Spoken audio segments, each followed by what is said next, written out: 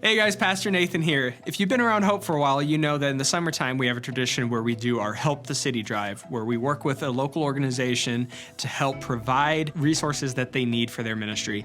And today we're going to hear from Amy Sloan, the director from Serve With These Hands, recent mission partner that we've started supporting this year.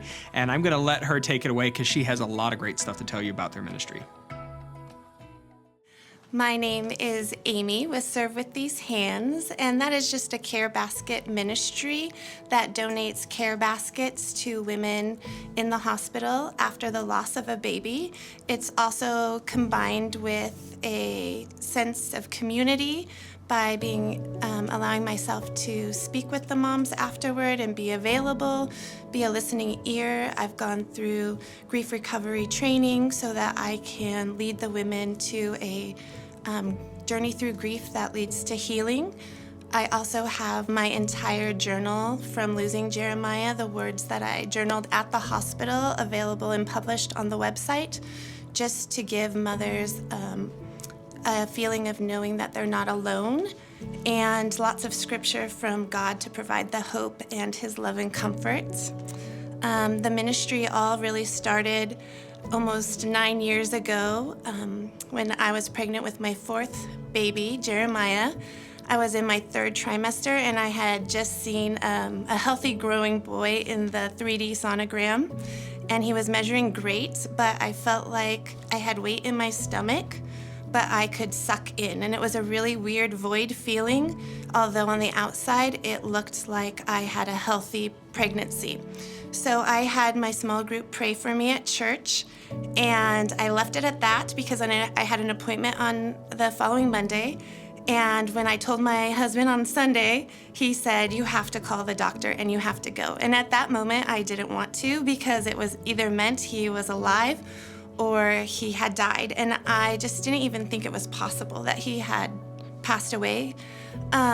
So we drove to the hospital, and the only thing I could think of is that this is a life, and no matter what happens, if he has passed away, that I wanted to bury him. And those are the only words that we said on the whole way to the hospital. And when we arrived, we saw his perfectly formed body, but he did not have a heartbeat, and they told us that we needed to deliver him. So we waited at the hospital, and we were already planning to have another baby after that. And we just wanted to live God's plan for us in the sorrow, but we were already trying to move around it very quickly. So after 24 hours of laboring, they decided that I had to have an emergency C-section because there was some kind of pain. The contractions had stopped, but I was in so much pain that I couldn't even lay flat, and they could not figure out what the pain was. And so I had a C-section, and he was delivered, and they did not put him on my chest, and he did not cry.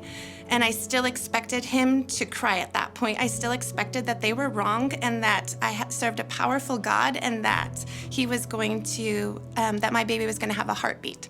So that was very strange to me that they just took him away. And at some point in the time afterward, I felt like I could feel the doctors working, and I'd made that comment, and that's the last thing I remember. So I woke up many, many hours later, about 4 hours later, and the nurses were trying to have me hold my baby. And my husband was asking them to move the baby out of the room, that it was not a good idea. But the nurse was really saying that it was important for our healing to hold him.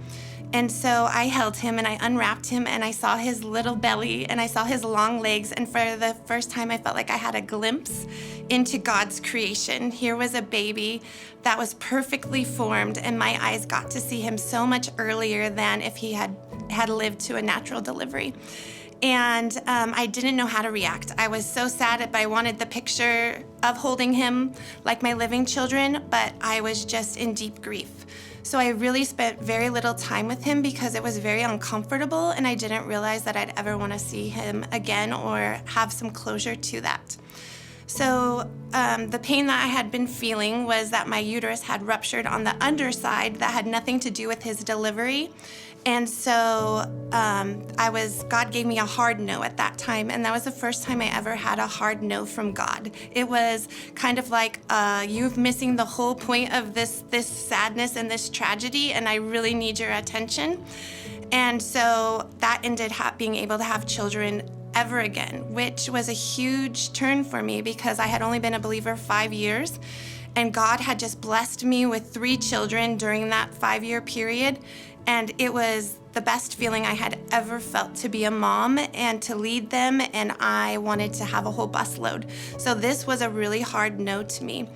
Preceding this, I had been seeking God and His calling for me, and I thought that it had to do with women and babies, and I was looking in that direction, and He gave me clues along the way. Someone at church had asked me to make these little boxes or sew these little gowns, and I didn't understand that they were the boxes given to hold the memory items of baby, and I didn't understand that they were the little gowns that babies would wear at the time of death. And I just passed it off, and I just thought, it's really not my gifting, and I'm not good at it, but I can see that God was just showing me that I was gonna get really intimate and know that area of grief very shortly after.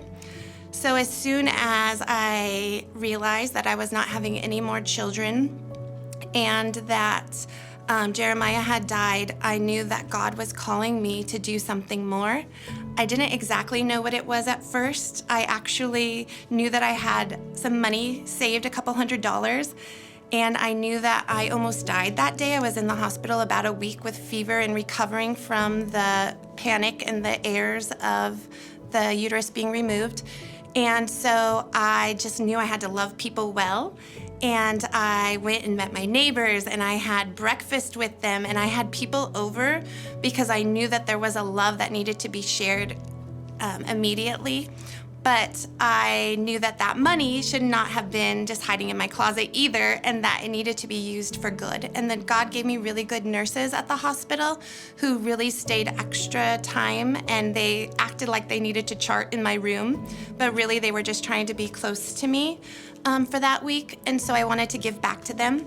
So I bought them coffee creamer and color books because that's what they said a grieving mom would want, is color books. And I gave them the coffee creamer, and I thought this was the stupidest thing, that if God had allowed this hurt to happen over coffee creamer and color books, it couldn't be His plan. So I just thought about what I had requested or people had brought to me while I was in the hospital for a week, and I sought out to put a basket together with those items. The Lord led me to the words of the letter 2 weeks after my baby had passed away, and it's still included in the care basket, and it's really the letter that makes the items significant because they're just good items and lovely items that anybody would want. But with the letter of why they're in there, it's very intentional, and it goes right to the mother and her grief and is there to provide comfort for her.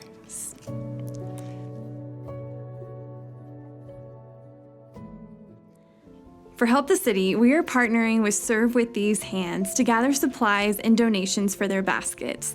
This will be an ongoing collection for the next few weeks as we strive to gather enough supplies for their mission. Lists are on the chairs during service or online, and there will be a link below. Women of Hope, I would love to have you join us Sunday, August 4th, after the second service for our prayer and packing party. We are going to pray over all of the items donated and package them in baskets for this ministry. I hope you come out and join us.